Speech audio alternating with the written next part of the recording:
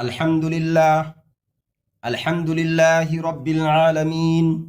والصلاة والسلام علی رسولہ الکریم اما بعد اعوذ باللہ من الشیطان الرجیم بسم اللہ الرحمن الرحیم یا ایہا الذین آمنوا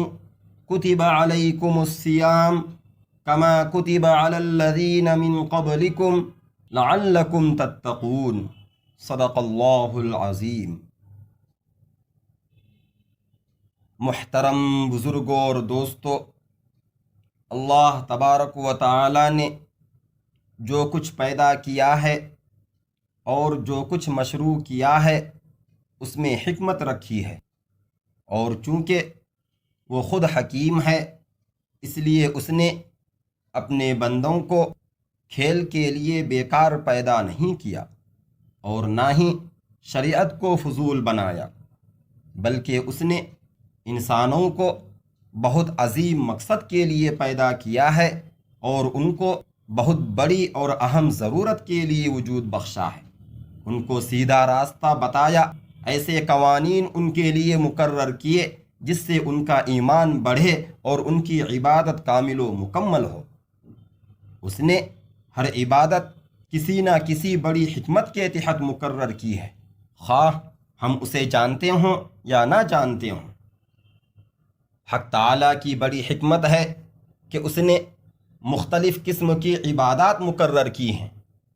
اس لیے کہ بعض لوگ خاص قسم کی عبادت کے خوگر ہوتے ہیں اور وہ اسی سے چمٹے رہتے ہیں، دوسری قسم سے گریز کرتے ہیں اور کوتاہی برتتے ہیں۔ اس لیے حق تعالیٰ نے بعض عبادات بدنی بنائی ہیں، جیسے نماز۔ آدمی کو مال بہت محبوب ہے، اس لیے بعض عبادات مالی بنائی ہیں، جیسے زکوٰۃ۔ بعض بدن اور مال دونوں سے متعلق ہیں، جیسے حج اور جہاد۔ اور بعض عبادتوں کا تعلق محبوب ترین چیزوں سے رک جانے سے ہے، جیسے روزہ۔ بندہ جب مختلف قسم کی عبادات کرتا رہتا ہے اور حکم شرعی کے مطابق بغیر کسی ناگواری کے انجام دیتا رہتا ہے تو نہ افراط و تفریط کرتا ہے نہ اکتاتا ہے۔ یہ اس کی انتہائی عبدیت کی دلیل ہے۔ غرض روزہ بھی اپنے اندر بہت سی حکمتیں رکھتا ہے۔ عزیز دوستوں اور بھائیوں، روزے کی پہلی حکمت یہ ہے کہ کھانا پینا اور ہم بستری جیسی پیاری چیزوں کو چھوڑنے کی وجہ سے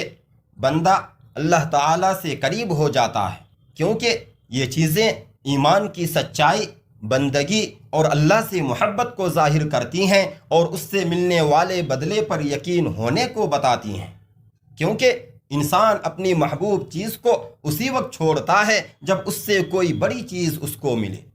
جب مسلمان کو معلوم ہوتا ہے کہ رمضان میں کھانا پینا چھوڑ دینے سے میرا مالک ناخوش ہو جائے گا تو وہ اپنی محبوب چیزوں کو اللہ کی خوشی کے لیے قربان کر دیتا ہے، حتیٰ کہ اگر کسی مسلمان کو مار پیٹ کر کے یا قید کر کے کہا جائے کہ رمضان میں کسی ایک دن بغیر عذر کے روزہ نہ رکھو تو وہ اس کے لیے تیار نہیں ہوتا۔ یہ اللہ تعالیٰ کی رضا کے لیے اپنی محبوب چیز کو چھوڑنے کا جذبہ پیدا کرنا روزے کی سب سے بڑی حکمت ہے۔ روزے کی دوسری حکمت یہ ہے کہ روزے سے تقوی پیدا ہوتا ہے۔ چنانچہ سورہ بقرہ سورہ نمبر 2 آیت نمبر 183 میں اللہ تعالیٰ کا ارشاد ہے، یا ایہا الذین آمنوا کتب علیکم الصیام کما کتب علی الذین من قبلکم لعلکم تتقون، یعنی اے ایمان والو، تم پر روزہ فرض کیا گیا ہے جیسا کہ تم سے پہلی امتوں پر فرض کیا گیا تھا، تاکہ تم متقی اور پرہیزگار بن جاؤ۔ روزہ دار کو یہی حکم ہے کہ طاعات کرے اور معاصی سے بچے۔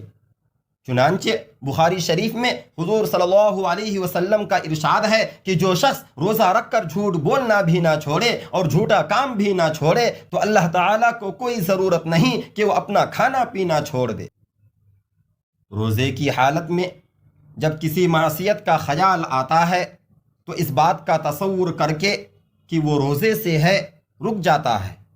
اسی لیے حدیث میں ہے کہ اگر کوئی روزے دار کو گالی دے یا برا بھلا کہے تو اس سے کہہ دے کہ میں روزے سے ہوں، تاکہ اس کو معلوم ہو جائے کہ روزے دار کو برائی اور گالم گلوچ سے روکا گیا ہے، اور وہ اپنی نصیحت کے لیے اور روزے کی وجہ سے برائی کا بدلہ برائی سے دینے سے رک گیا۔ روزے کی تیسری حکمت یہ ہے کہ روزے دار کا دل ذکر و فکر کے لیے خالی ہو جاتا ہے، اس لیے کہ بھوک و پیاس کی وجہ سے شہوت کی چیزوں سے غفلت پیدا ہو جاتی ہے، اور جب آدمی کا پیٹ بھرا رہتا ہے تو دل سخت ہو جاتا ہے اور آدمی حق سے اندھا ہو جاتا ہے۔ اسی لیے حضور صلی اللہ علیہ وسلم نے کم کھانے کی تلقین فرمائی ہے، جس کو امام احمد، امام نسائی اور امام ابن ماجہ نے روایت کیا ہے۔ چنانچہ ارشاد ہے، آدمی جو برتن بھرتا ہے ان میں سب سے بری چیز پیٹ ہے۔ آدمی کو اتنے لقمے کافی ہو جانے چاہیے جو اس کی کمر کو سیدھا رکھیں۔ اگر اس سے زیادہ کھانا ہے تو پیٹ کے 3 حصے کریں، ایک حصہ کھانے کا، ایک حصہ پانی کا اور ایک حصہ سانس لینے کا۔ صحیح مسلم میں ہے کہ حضرت حنظلہ اسیدی رضی اللہ عنہ، جو حضور صلی اللہ علیہ وسلم کے کاتبوں میں سے ہے، اس نے حضور صلی اللہ علیہ وسلم سے عرض کیا کہ حنظلہ تو منافق ہو گیا۔ حضور صلی اللہ علیہ وسلم نے پوچھا، کیا بات ہے؟ عرض کیا کہ یا رسول اللہ، جب ہم آپ کے پاس ہوتے ہیں اور آپ جنت و دوزخ کا نصیحت آمیز تذکرہ فرماتے ہیں تو گویا ہم کھلی آنکھوں دیکھ رہے ہیں، اور جب آپ کے پاس سے جا کر اپنی بیوی بچوں میں گھل مل جاتے ہیں تو ہم بہت حد تک اس کیفیت کو بھول جاتے ہیں۔ تو حضور صلی اللہ علیہ وسلم نے فرمایا کہ اگر وہی میری مجلس والی کیفیت تمہاری رہے تو فرشتے تم سے مصافحہ کریں۔ ابو سلیمان درانی کہتے ہیں کہ نفس جب بھوکا پیاسا رہتا ہے تو قلب صاف رہتا ہے، اور جب سیراب ہو جاتا ہے تو قلب اندھا ہو جاتا ہے۔ روزے کی چوتھی حکمت یہ ہے کہ دولت مند آدمی کو روزے کے ذریعے اللہ کی دی ہوئی نعمتوں کی قدر و قیمت کا اندازہ ہوتا ہے، جو اللہ تعالیٰ نے اس کو کھانے پینے اور بیوی کی شکل میں دے رکھی ہیں، اور بہت سے لوگ اس نعمت سے محروم ہیں۔ اس لیے اس کو چاہیے کہ وہ ان نعمتوں پر اللہ کی حمد و ثنا کرے اور ان رحمتوں پر شکر گزاری کرے۔ اس طرح کے اپنے بھوکے پیاسے زندگی گزارنے والے غریب مسلمان بھائی پر خوب صدقہ کرے، جس سے وہ غریب اپنے کپڑے بنا لے اور اپنی بھوک کو مٹا لے۔ نبی کریم صلی اللہ علیہ وسلم لوگوں میں سب سے زیادہ سخی تھے، اس لیے رمضان میں اور بھی زیادہ سخاوت فرماتے۔ روزے کی 5ویں حکمت یہ ہے کہ نفس پر قابو پانے اور اس کو اختیار میں رکھنے کی مشق ہو جاتی ہے، نیز نفس کی لگام اپنے ہاتھ میں لے کر اس کو خیر و سعادت کی چیزوں کی طرف لانے پر قدرت حاصل ہو جاتی ہے، کیونکہ نفس تو صرف برے کاموں پر ہی ابھارتا ہے، جیسا کہ سورہ یوسف سورہ نمبر 12 آیت نمبر 53 میں اللہ تبارک و تعالیٰ کا ارشاد ہے، ان النفس لامارۃ بالسوء الا ما رحم ربی ان ربی غفور الرحیم، یعنی نفس تو بری ہی باتوں کی راہ دکھاتا ہے الا یہ کہ پروردگار ہی رحم کرے، کیونکہ پروردگار بہت غفور و رحیم ہے۔ اگر آدمی نفس کی لگام کو ڈھیلا کر دے گا تو وہ اس کو ہلاکت خیز چیزوں میں ڈال دے گا، اور اگر اس پر قابو یاب ہو گیا تو اس کو اعلیٰ مراتب اور عظیم ترین مقاصد تک پہنچا سکتا ہے۔ روزے کی 6ٹھی حکمت نفس کو توڑنا اور اس کے غرور کو روک لگانا ہے، تاکہ وہ حق کے لیے جھکے اور خلق کے لیے نرمی اختیار کرے، اس لیے کہ کھانے پینے سے پیٹ بھرنا، مشروبات سے سیراب ہونا، عورتوں سے ہم بستر ہونا شرپسندی اور غرور پر ابھارتا ہے، حقیقت پسندی اور مخلوق کی خدمت گزاری سے سرکشی پیدا کرتا ہے۔ اس لیے کہ نفس جب کھانے پینے کی ضرورت محسوس کرتا ہے تو ان چیزوں کے حصول میں خوب مشغول ہو جاتا ہے، اور جب مقصد حاصل کرنے میں کامیاب ہو جاتا ہے تو مغرورانہ انداز میں خوشی میں پھول جاتا ہے۔ یہی چیز اس کی ہلاکت کا ذریعہ بنتی ہے، بس وہی بچ پاتا ہے جسے اللہ ہی بچا لے۔ روزے کی 7ویں حکمت یہ ہے کہ بھوک پیاس کی وجہ سے خون کی رگیں تنگ ہو جاتی ہیں، جس سے شیطان جو انسان کے خون کے ساتھ رگوں میں دوڑتا ہے اس کے راستے بھی تنگ ہو جاتے ہیں۔